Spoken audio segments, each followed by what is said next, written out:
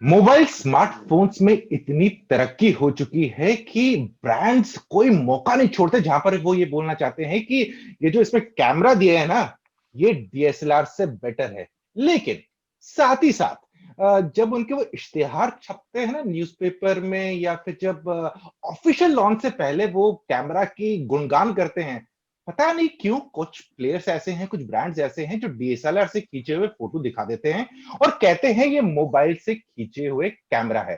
तो यहां पर सवाल ये उठता है, क्या मोबाइल स्मार्टफोन के कैमरा इतने अच्छे हो चुके हैं कि आप अपने डीएसएलआर या फिर पॉइंट एंड शूट कैमरा को गुड बाय या फिर अलविदा कह सकते हैं?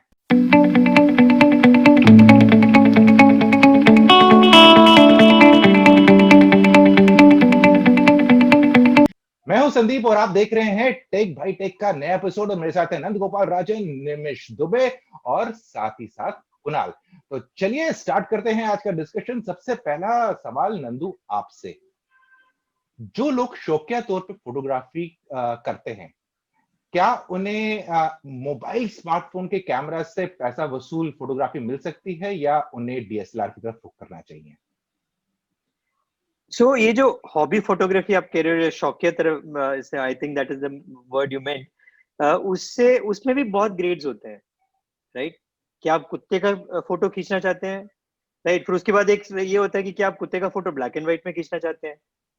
क्या आप फिर एक एक लेवल ऊपर आ जाएगी, क्या आप कुत्ते का फोटो ब्लैक एंड व्हाइट में खींचना चाहते हैं लेकिन ऐसा लगे कि कुत्ता है लेकिन नहीं है, लाइक लाइक सिलुएट टाइप का आप लेना चाहते हैं।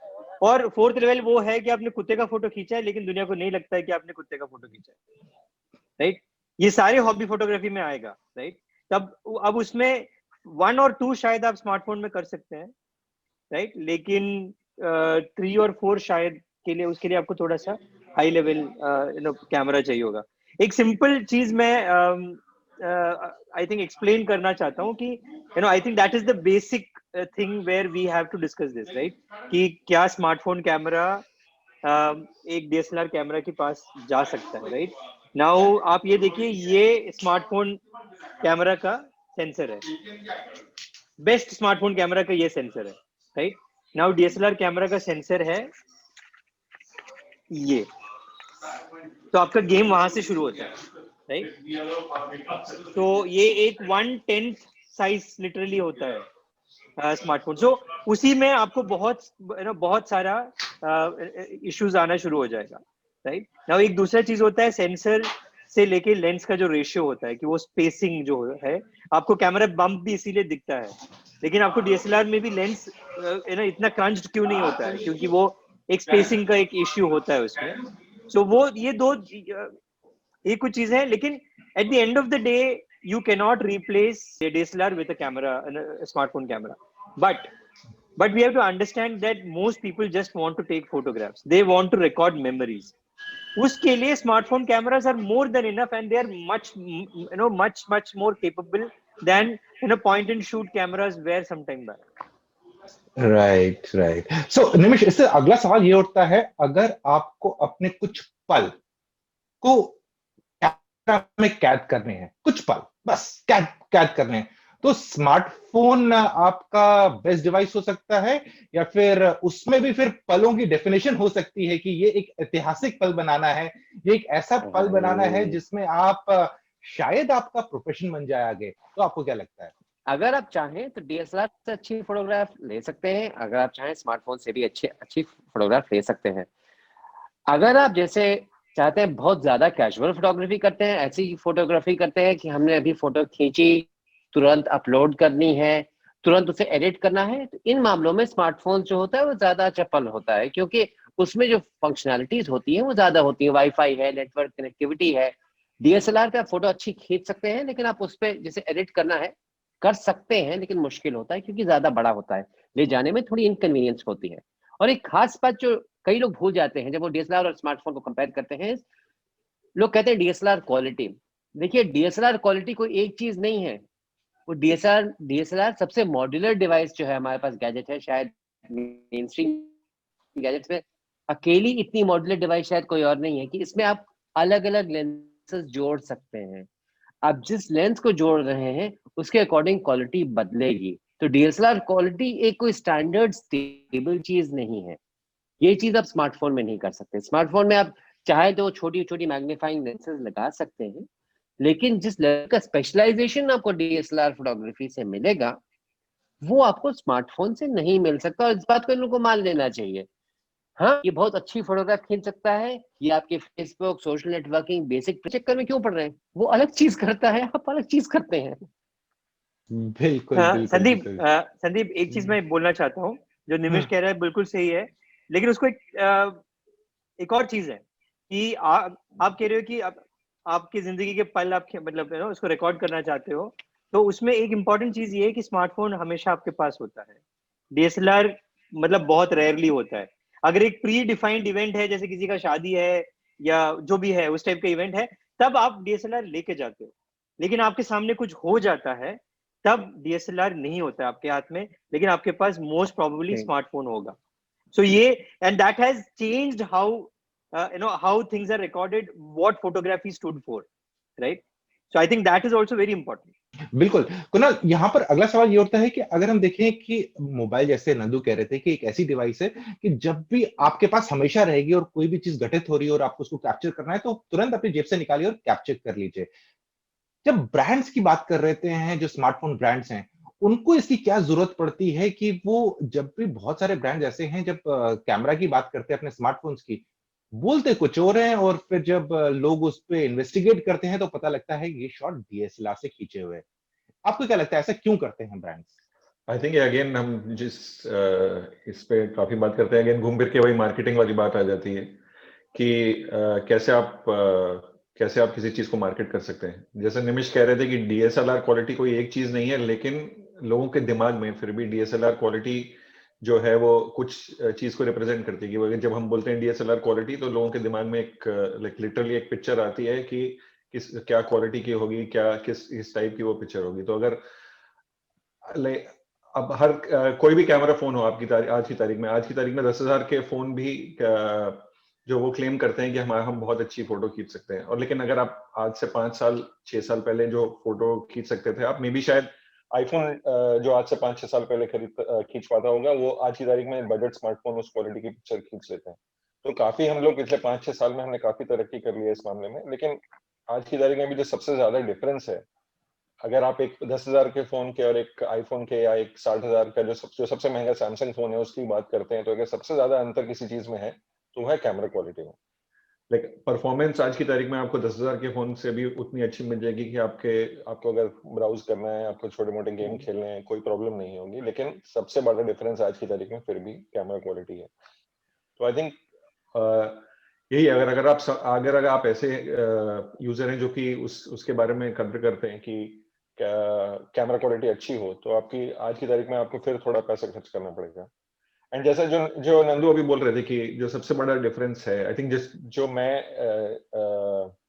मैं इसको किस तरीके से बोलता हूँ कि सबसे बेहतरीन कैमरा कौन सा है जो आपके पास है उस समय। आपके पास है, तो आपके पास 1 लाख का कैमरा भी हो, लेकिन अगर उस समय नहीं है जब आपका बच्चा कुछ क्यूट कर रहा है या आप अपने कुत्ते के साथ खेल रहे हैं, सबसे बेहतरीन कैमरा कौन सा है जो आपके पास उस समय। बिल्कुल। नंदू, यहाँ पर अगर कोई हमारे व्यूअर प्रोफेशनल फोटोग्राफी की तरफ रुझान करना चाहते हैं या उस तरफ बढ़ना चाहते हैं, तो आप उनको क्या सजेस्ट करेंगे कि सबसे पहले पॉइंट एंड शूट से स्टार्ट करें या सीधे डीएसएलआर पे मूव करें? देखो, पॉइंट एंड शूट मेरे लिए आजकल रेलेवेंट ही नहीं है। एक पॉइंट एंड शूट जो रेलेवेंट है उसमें है जो जो मल्टीपल एक्स जूम देता है आपको, राइट? लाइक लेट अस से आपका बर्ड वॉचिंग में इंटरेस्ट है या to a certain extent astronomy में इंटरेस्ट है, तब आप एक वो निकॉन का है, कैनन का है, जो बहुत ही हाई अल्ट्रा जूम वाले जो पॉइंट एंड शूट्स है, बाकी सब कुछ स्मार्टफोन कैमरा कर पाएगा, राइट? सी इसमें एक और देखो, हमारे बिहेवियरल चेंजेस भी काफी सारे हुए हैं in the last 10 years। Now एक और चीज जो मैंने अभी बोला, जैसे कुणाल ने भी बोला, जो आपके पास है वही सबसे अच्छा कैमरा है। नाउ एक और चीज है, स्मार्टफोन ने क्या किया है, स्मार्टफोन से बहुत कम खराब फोटोज निकलता है, राइट? लिटरली आप पॉइंट एंड शूट है, वो पॉइंट करो, शूट करो, फोटो आपका इनवेरिएबली अच्छा आ जाता है या डिसेंट आ जाता है, like depending on the light and everything. उसमें जो user as a factor in the quality of the picture is taken out, right? But in a DSLR that is not the case. You know I remember जब मेरे पास पहला point and shoot था, मैंने cannon का A400 use किया था और बहुत टाइम तक पैसा इकट्ठा करके सब वो खरीदा था। 10-11 हजार रुपए का ये था। 4,000 रुपए का मेरे पास शायद 124 MB का SD कार्ड था। यू नो वो एक टाइम था जब वो आया था। लेकिन उसके बाद जब मैं प्रोग्रेस करके मैंने 400D लिया, which was my first DSLR। पहले 2 महीने तो कोई फोटो आता ही नहीं था, सब ब्लैक ब्लैक होता था, राइट। उसको समझने में, उसको कंट्रोल करने में, वो it's almost like owning a horse, right. You have to learn how to ride it. वो थोड़ा मतलब इट टेक्स टाइम। सो आपको अगर लगता है कि मैंने स्मार्टफोन में बहुत अच्छे फोटो खींच लिए, आप DSLR में चले जाओगे, आपका अच्छा फोटो नहीं आएगा, आएगा ऑटो मोड पे, राइट। सो वो so that is also a very big difference. Now the other thing that we have to put in mind, put on the table is कि आप कह रहे हो कि कोई अगर प्रोफेशनल फोटोग्राफी में जाना चाहता है। नाउ प्रोफेशनल फोटोग्राफी और इस सबके बीच में एक और चीज है जो आजकल हम लोग नहीं करते, वो है फोटो का प्रिंट लेना। 80% या 90% ऑफ स्मार्टफोन्स जो आपके पास है, उसका फोटो प्रिंट लेके देखिए तो वो पूरा जो आपको स्क्रीन में दिखता है वो नहीं होता है, वो प्रिंट में वो क्वालिटी अभी भी नहीं आ पाता है। ठीक है, सैमसंग के टॉप एंड फोन्स, आईफोन में सब में हो पाता है। आजकल आप इंस्टाग्राम से फोटो खींच, मतलब इंस्टाग्राम से डायरेक्टली प्रिंट करने का ऑप्शन है, सब डिसेंट आ जाता है। लेकिन एक्चुअल प्रिंट में बाकी सब में नहीं होता। आप 6x4 से बड़ा साइज में प्रिंट नहीं कर सकते, लेकिन DSLR में कभी आपको ये प्रॉब्लम नहीं होगा, राइट। सो आप अल्टीमेटली इसको, so it is a good thing कि nobody prints photographs now, because if you had to print photos also, then your smartphone is woefully क्या कहते हैं, inadequate, right? So तो आप प्रोफेशनल फोटोग्राफी में आते हैं। इंडिया में प्रोफेशनल फोटोग्राफी क्या होता है? इंडिया में प्रोफेशनल फोटोग्राफी होता है शादी का फोटोग्राफी, और वहां पे क्या होता है, वहां पे प्रिंट होता है।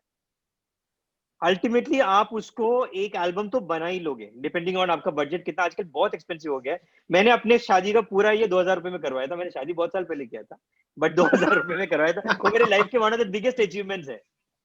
सारा कुछ करना है या 2000 में शादी करना है या फोटोग्राफ खिंचवाना? शादी का फोटोग्राफी खींच रहे हैं। और अभी मैं देखते लोग 7 लाख 10 लाख का, मतलब लोग कहते हैं कि फोटो खींच रहे हैं ना। आजकल तो सेव द डेट वाले एक बहुत ही एक्साइटिंग फोटोग्राफी भी शुरू हुआ है, especially where I come from in Kerala. So बहुत, लेकिन वो तो दैट्स अ डिफरेंट ये। बट अभी देखो, कैनन है, निकॉन है, सोनी है, इंडिया में उनका उनका major chunk of sales is wedding driven, is wedding photography. ये जो प्रोज्यूमर है या प्रोफेशनल फोटोग्राफर है, वो बहुत कम नंबर के हैं जो वेडिंग नहीं करते। वेडिंग ही उनका मेन बिजनेस है, और वेडिंग में सब कुछ प्रिंट होता है, राइट। सो अल्टीमेटली, उस हिसाब से आप देखो कि आपको प्रोफेशनल फोटोग्राफी में जाना है तो you will need a camera which is good enough to print in poster size, print in a hoarding size, and that you can do only with a DSLR। Right. Nimish, क्या आप इस statement से सहमत हैं कि अगर आपको सीरियस हॉबी बनानी है, प्रोफेशनल बनना है फोटोग्राफी में, तो आपको DSLR और पॉइंट एंड शूट से ज्यादा कुछ अभी फायदा नहीं होगा?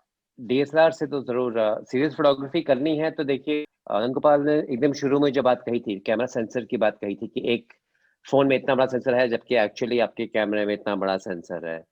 तो इसीलिए आपकी प्रिंट क्वालिटी जो होती है, लोग कहते हैं अभी 10 साल पुराने DSLR से जो प्रिंट क्वालिटी मिलती है आपको, जिसका शायद 10 मेगापिक्सल होगा या 8.5 मेगापिक्सल का होता था, कैनन 1000D जो था, 1000D जो था, या 12 मेगापिक्सल था, उससे जो आपको क्लैरिटी प्रिंट में मिलेगी वो अभी भी आपको 108 मेगापिक्सल के फोन से आपको नहीं मिलेगी, क्योंकि वो सेंसर का साइज ही उतना नहीं है। अगर आप प्रोफेशनल फोटोग्राफी में जा रहे हैं, की तरफ अग्रसर हो रहे हैं, तो चांसेस आर आपकी दो एरियाज होंगी। या तो प्रोफेशनली वीडियोस खींच रहे होंगे या फोटोग्राफी कर रहे होंगे। फोटोग्राफी कर रहे हैं तो चांसेस आर कि फिर प्रिंट के कितने चांस है, गोपाल एकदम सही कहा। आजकल जो हो गए हैं, वेडिंग्स काफी बड़ी चीज हो गई है, शादी की फोटोग्राफी काफी बड़ी चीज हो गई है, और वहां प्रिंट होते हैं। अगर आप इश्तेहार के लिए शूट कर रहे हैं, फिर प्रिंट होते हैं। जो बैनर एड्स आते हैं आपके वेबसाइट्स में, उसमें भी फोटोग्राफ्स तो होती हैं, उतनी बड़ी साइज की नहीं होती, उतनी इंपॉर्टेंस की नहीं होती। अगर आप वाकई में देखिए तो प्रिंट अभी भी बहुत इंपॉर्टेंट पार्ट है, चाहे वो अखबारों में हो या कहीं भी हो। और उस क्वालिटी के लिए अभी भी, मैं ये नहीं कह रहा हूँ फोन से अगर फोटोग्राफ खींचेगा तो प्रिंट क्वालिटी नहीं आएगी, आ जाएगी, लेकिन DSLR से उसके आने के चांसेस बेहतर है। दूसरी चीज, डीएसएलआर शायद प्रोफेशनल फोटोग्राफर्स के लिए इसलिए बेहतर है क्योंकि आपके पास फ्लेक्सिबिलिटी है और कंट्रोल ज्यादा है। फोन में आप एक लेंस के साथ अटक गए हैं, उस लेंस को आप चेंज नहीं कर सकते, उसको मैग्नीफाई कर सकते हैं, उसके आगे एक फिशआई लगा सकते हैं, टेलीफोटो हल्की सी लंबी सी अजीब सी दूरबीन से चिपका सकते हैं उसको, उसके ज्यादा कुछ नहीं कर सकते। जबकि अगर आप डीएसएलआर कर रहे हैं तो आप पूरा लेंस बदल सकते हैं, आप 50 mm के लिए पोर्ट्रेट ले सकते हैं, आप 18:135 टेलीफोटो ले सकते हैं। और सबसे खास बात तो ये है कि हम इन सारे इन्फ्लुएंसर्स को देखते हैं, और आप संदीप, आप, मैं, नंद गोपाल, कभी भी बाहर सवेरे दिल्ली जाएं 7 बजे आप बाहर जाइए तो आप देखिएगा सब लोग वीडियो शूट कर रहे हैं, अपने तरह तरह के शूट कर रहे हैं। अभी भी हमें पता है कि आईफोन बड़ा शानदार वीडियो खींचता है, लेकिन अभी भी ज्यादातर लोग डीएसएलआर से 4K वीडियो नहीं, फुल एचडी में वीडियो खींचते हैं, क्योंकि सेंसर इतना बड़ा है कि आपको वीडियो क्वालिटी भी बेहतर मिलती है। इस समय मैं ये कहूंगा कि कैजुअल फोटोग्राफर के लिए जो बस ऐसे ही फोटो खींचना चाहता है, और हम जैसे लोगों के लिए, जर्नलिस्ट के लिए जिनको पता नहीं फोटो कहाँ दिख जाएगी, आप बाहर जा रहे हैं खबर कहाँ हो जाएगी आपको नहीं पता है, उनके लिए सेलफोन कैमरास काफी अच्छे हैं। और आई थिंक इस सब डिबेट में कि हम ये स्मार्टफोन और डीएसएलआर के डिबेट में हम एक सबसे इम्पोर्टेंट बात, सबसे जरूरी बात जो भूल जाते हैं कि अल्टीमेटली ये डीएसएल कोई भी कैमरा एक पेन की तरह है। लाइक आप एक्चुअली में एक महंगा पेन खरीदने से अच्छे लेखक नहीं बन जाएंगे, तो वैसे ही आप महंगा डीएसएलआर खरीद लीजिए या महंगा फोन खरीद लीजिएगा तो आप अच्छे फोटोग्राफर नहीं बन जाएंगे। ये एक आप सोशल मीडिया पे अक्सर मैं देखता हूँ लोग बोलते हैं शॉट ऑन, लेकिन वो फोन का नाम लेंगे शॉट ऑन दिस फोन। मैं बोलता हूँ शॉट ऑन उतना जरूरी नहीं है, शॉट बाय ज्यादा जरूरी है। तो जो मैं जैसे जो निमिष जो फोटो ले सकते हैं, या जो नंदू फोटो ले सकते हैं, या जो हम सबके गुरु हैं आशीष भाटिया जो फोटो ले सकते हैं, वो मैं जिंदगी में कभी फोटो नहीं ले सकता, चाहे मैं महंगा डीएसएलआर खरीद लूं या मैं आईफोन खरीद लूं। तो आई थिंक शॉट बाय ज्यादा जरूरी है, शॉट ऑन उतना जरूरी नहीं। बिल्कुल बिल्कुल सही फरमाया कुणाल आपने। तो इससे एक सवाल ये उठता है कि आपको क्या लगता है आने वाले वक्त में डीएसएलआर और पॉइंट एंड शूट का मार्केट खत्म हो जाएगा, या बस आराम से वही बैठा रहेगा, ज्यादा ग्रोथ नहीं दिखेगी? I think point and shoot तो I think market pretty much already खत्म है। जैसे कि नंदू पहले बोल रहे थे कुछ यूज केसेस हैं, जैसे जूम, आपको अगर सुपर जूम चाहिए तो आज की तारीख में फिर भी सेंस बनता है कि आप एक पॉइंट एंड शूट लें। लेकिन डीएसएलआर मार्केट आई थिंक रहेगा अभी, सिंपल फिजिक्स की वजह से, राइट। अगर आप अगर आज की तारीख में देखिए, जैसा नंदू दिखा रहे थे कि कैमरा फोन का क्या साइज रहता है और क्या कैमरा का क्या साइज रही है, उनकी विड्थ कितनी है, उनकी थिकनेस कितनी है, जब तक ये फिजिकल डिफरेंसेस हैं तब तक, और अनलेस कोई ऐसा ब्रेक थ्रू हो जाता है जिसके बारे में अभी तक हमने सोचा नहीं है, तब कह नहीं सकते। बट आई थिंक अभी अगले कुछ सालों की बात करें तो डीएसएलआर की मार्केट रहेगी, क्योंकि अगर आपको जो प्रोफेशनल रिक्वायरमेंट्स की हमने बात करी, आपको फोटोज प्रिंट करनी है, आपको हाई क्वालिटी चाहिए, तो आई थिंक वो एडवांटेज अभी शॉर्ट टर्म फ्यूचर में तो कहीं नहीं जाने वाला। राइट। एक क्विक सवाल नंदू और निमिष आपसे। नंदू, सबसे पहले आपसे कि अगर आपको रिकमेंड करना पड़ेगा 2 डीएसएलआर कैमरास तो आप कौन से करेंगे? टफ क्वेश्चन है।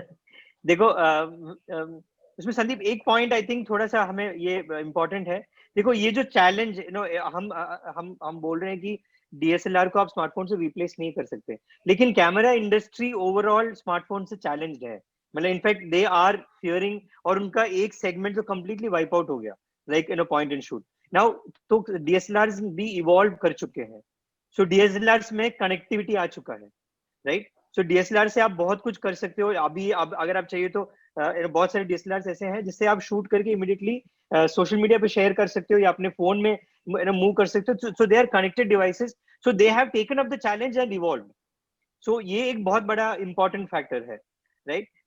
सो अगर आप मेरे से पूछोगे कि सो बहुत सारे हैं, सो डीएसएलआर रेकमेंड करना भी थोड़ा मुश्किल है, बिकॉज जैसे निमिष बोल रहा था बहुत डिफरेंट। सो आपके सो मैं अगर बेस्ट डीएसएलआर किसी को रेकमेंड करूं तो वो 85% लोगों के लिए रेलेवेंट नहीं होता है, राइट, जो डीएसएलआर लेना चाहते हैं।